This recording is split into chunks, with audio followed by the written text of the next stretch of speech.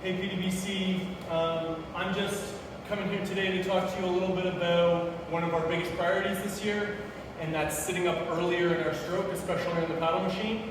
I think that on the water it's a little bit easier because you find a little bit more pressure, so it's easier to sit up quickly, but training our bodies to do that well, even under harder circumstances, is really going to yield a lot of fruit in the summer and when we're back in the dragon boat. So I just want to first start by demonstrating what we think the stroke is supposed to look like.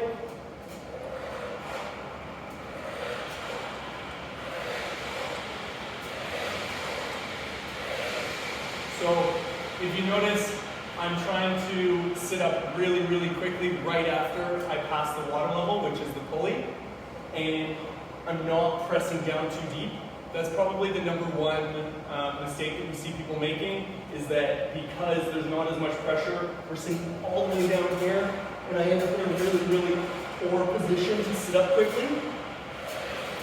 So if I start my sit-up process right after I hit the water, that's going to be really, really effective. And then the second thing that we see people doing is derotating and then sitting up.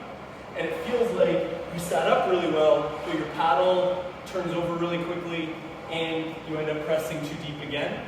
So instead of thinking about the pressure that I have down, I just want to think about my paddle side shoulder as soon as I'm sunk going up and back.